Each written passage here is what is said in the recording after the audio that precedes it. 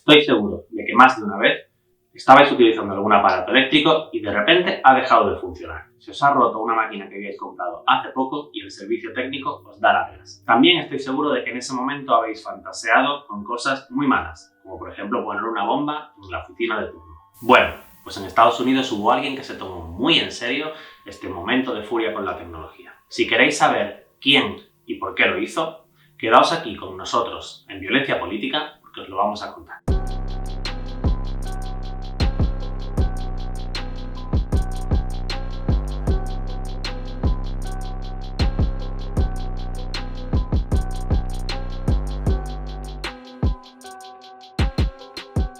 Nos referimos a Fyodor Kaczynski, un niño de ascendencia polaca, pero nacido en Estados Unidos en los años 40, que desde muy pequeño desarrolló una inteligencia espectacular. Fue el típico niño que durante la primaria y la secundaria fue escalando niveles porque su inteligencia y sus conocimientos eran superiores a los de sus compañeros. Y al mismo tiempo, un niño muy retraído, muy tímido, con aparentes dificultades para socializar, para hacer amigos, para tener una conversación y, en definitiva, para llevarse bien con las personas que le rodeaban.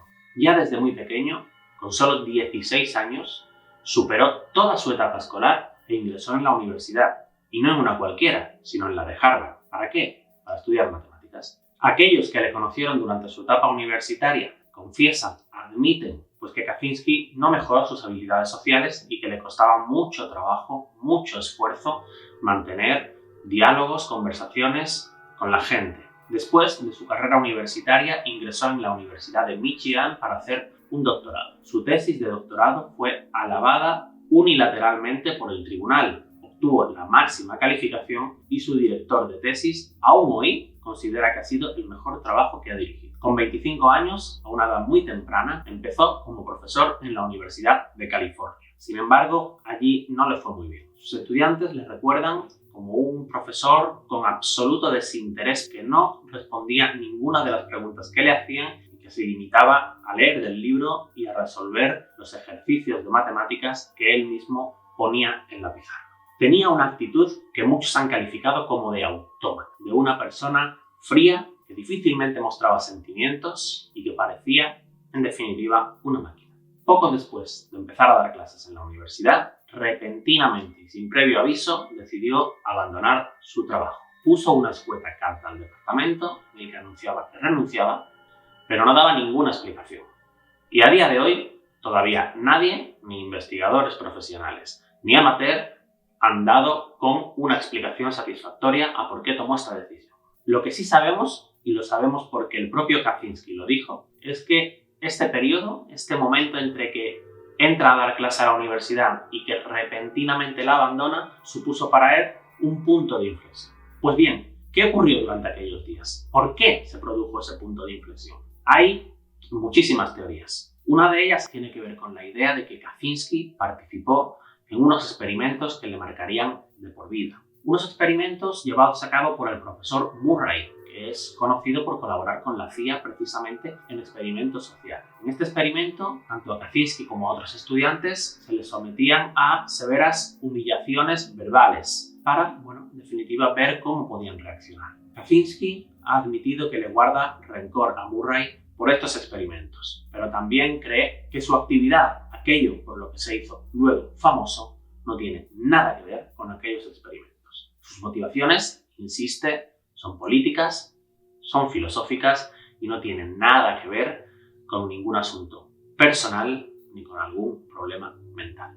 Después de dejar la universidad, se fue a una cabaña que tenía en una parcela en propiedad en Montana. Esa cabaña la autoconstruyó y vivía principalmente de lo que cazaba. Gracias a los investigadores del FBI y a un censo de 1990, sabemos cómo era la cabaña.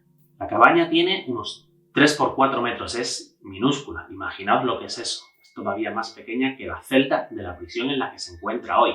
Y tenía una estufa, una cama, una silla, una pequeña mesa y muchos libros. En este tiempo en la cabaña desarrolló un alter ego llamado Freedom Club, el Club de la Libertad. Bajo ese alter ego escribió un manifiesto que sería fundamental para el caso. Un panfleto en el que abogaba porque la sociedad debía de volver a recuperar el control por sí misma. Un control que había perdido, o eso argumentaba, debido al amplio y extenso uso de la tecnología. Los seres humanos, dice, ya no sabemos hacer nada por nosotros mismos. Por eso intenta vivir de manera autosuficiente. Cree que la tecnología, en lugar de darnos libertad, nos la ha coartado. Ya no sabemos ni encontrar comida, ni cocinarla, ni hacer absolutamente nada si no es gracias a la electricidad, a los microchips y a la electrónica. Critica la llamada sociedad tecnológica industrial y lo hace adoptando una perspectiva que nosotros llamaríamos ultraliberal. Cree que la tecnología nos hace dependientes de los demás y que por tanto nos quita libertad. Por esta razón realiza grandes críticas a la izquierda, grandes críticas al comunismo y a día de hoy hay movimientos de extrema derecha que reivindican el manifiesto de Kaczynski como una herramienta ideológica propia. Este manifiesto sirvió de soporte ideológico para empezar a actuar, para empezar a usar la lucha armada. En 1978 colocó su primer artefacto explosivo y el último sería en 1995. Tuvo casi 20 años de actividad clandestina, armada, sin que fuera detenido. Durante todo este tiempo colocó 17 bombas. ¿Cuáles fueron sus objetivos? Principalmente universidades, en concreto los departamentos de informática, de ingeniería, de matemáticas, pero también empresas vinculadas al sector tecnológico, como las aerolíneas, la industria maderera o también la informática. Precisamente, en base a sus objetivos, es que el FBI le puso el apodo de una bomber, construido por universidades, aerolíneas y bombas. Algo curioso es que en todas sus bombas había trozos de madera, lo que parece que era su sello, en su obsesión por la naturaleza, por los árboles, por el bosque. En sus casi 20 años de actividad armada, hirió a 23 personas y mató a otras 3. Para el FBI, la investigación fue muy difícil. No por nada estuvo casi 20 años tras la pista de Kaczynski. En primer lugar, porque una bomber utilizaba para construir sus bombas materiales que había encontrado en la basura u otro tipo de desechos, lo que dificultaba poder rastrear en los comercios cercanos grandes compras. Pero también por fallos internos de la propia organización, ya que a la hora de elaborar los perfiles psicológicos optaron por uno erróneo. Tenían dos opciones. La primera, un varón blanco con altas credenciales académicas en ciencias duras, un perfil que se acerca bastante a lo que era Fyodor Kaczynski. Y el segundo, el de un trabajador de cuello azul de la industria de la aviación, es decir, un mecánico. El FBI optó por este perfil, que para nada se adecuaba a la realidad. En vista de las dificultades de esta investigación, el FBI publicó un anuncio con una recompensa de $1 millón para toda persona que diera alguna información fiable, eficaz y que llevase a la detención de Kaczynski. Otro de los insumos con los que contó la policía fue que cuando una bomber colocó uno de sus artefactos en la ciudad de Salt Lake City, fue visto y uno de los testigos realizó un retrato robot que dio la vuelta al mundo.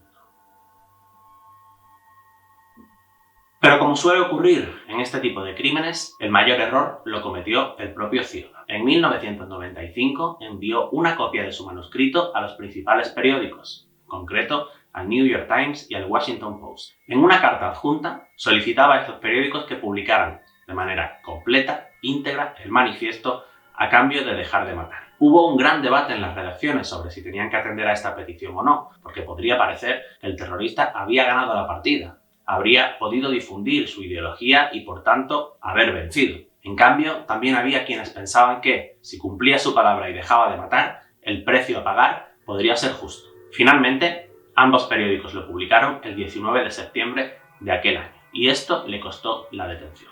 David Kaczynski, hermano de Fyodor, leyó el periódico, y junto a su mujer empezaron a pensar que una bomber podría ser su hermano. ¿Cómo lo supieron? A través de las expresiones que el propio Fyodor había utilizado en su manifiesto. Conocían cómo hablaba, conocían su gramática y les sonaba mucho. Asustado, David contactó con un abogado y con una investigadora privada y recopilaron pruebas que pudieran inculpar a Fyodor. Entre ellas, cotejaron cartas manuscritas que Fyodor le había mandado a David con el manifiesto y comprobaron que sus similitudes eran evidentes. Todo este material, todas estas pruebas, fueron enviadas al FBI, que les dio credibilidad y orquestaron la operación de detención de Fyodor Kaczynski.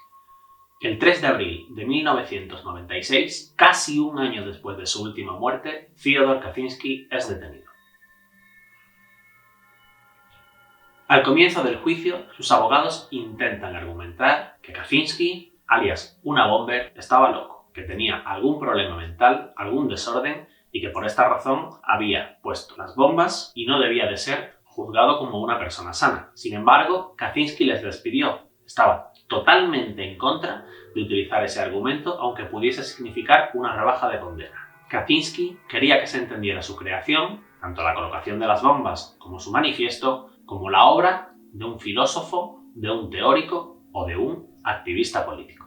En un principio, la Fiscalía solicitaba para Kaczynski la pena de muerte.